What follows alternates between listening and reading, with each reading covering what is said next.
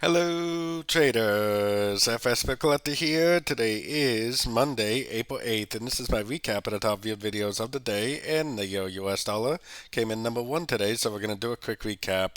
If you'd like to see my full top down analysis on the Euro US dollar, make sure you check out the video linked at the end of this video over here.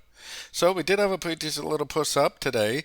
Now this to me looks like three waves down, and as of right now this is three waves up, and we are sitting at the 78%.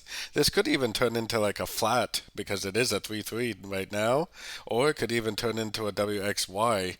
But we have to remember that the trend is up on all the higher time frames, and what may actually be more likely to happen is it might just end up making a little crescent and keep on trending up, may even end up taking out these highs. I mentioned that this could be a like in WXY or a flat, because if you do see it respect this 78% Fibonacci level, you do see a nice big engulfing move to the downside with a breaker structure. I would probably take it as a short for either a wave C of a flat or maybe a W of a WX or a Y of a WXY pattern.